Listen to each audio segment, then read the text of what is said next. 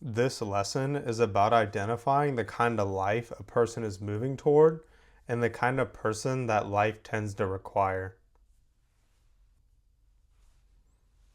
Direction doesn't make life easy or predictable, it simply keeps decisions from being driven entirely by urgency, emotion, or pressure. When direction exists, discipline and consistency start to make sense. This verse is about orientation.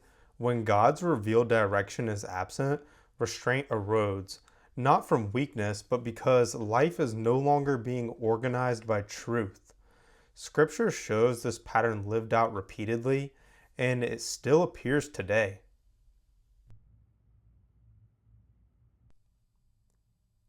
In those days, there was no king in Israel.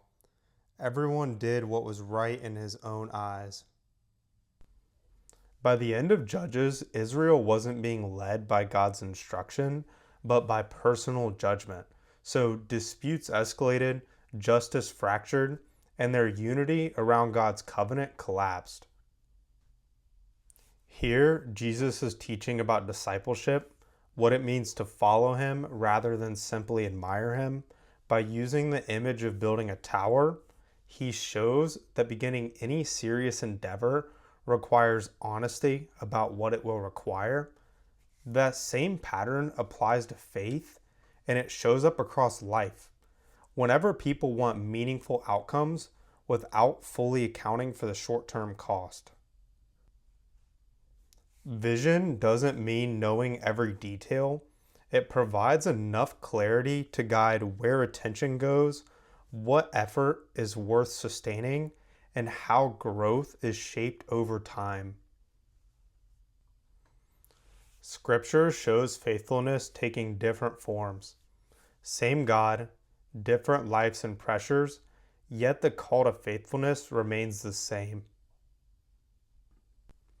The goal is to live a life you can bring honestly before God, one that reflects His character and how you think, act, and treat others.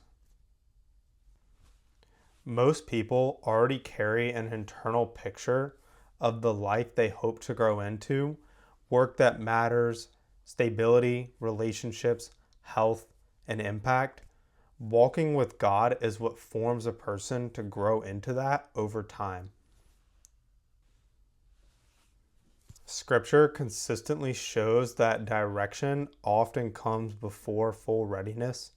God reveals enough to move forward, then forms the person along the way.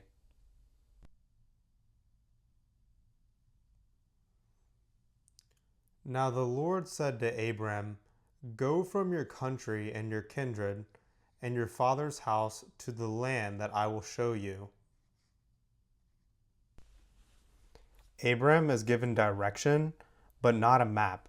God tells him to move before explaining where the path leads. In Scripture, God gives enough clarity for the next step and forms the person along the way. For most people, this doesn't come through dramatic moments. It shows up through ordinary decisions, responsibilities, and opportunities that shape a life. How someone understands God's character shapes how they respond to those moments. This workbook isn't meant to be a permanent contract, it can be adjusted over time. It serves as a guide, helping clarify the life you want to build and the habits that support that growth. As someone's relationship with God deepens, priorities often begin to shift. I've seen that play out in my life as well in a positive way.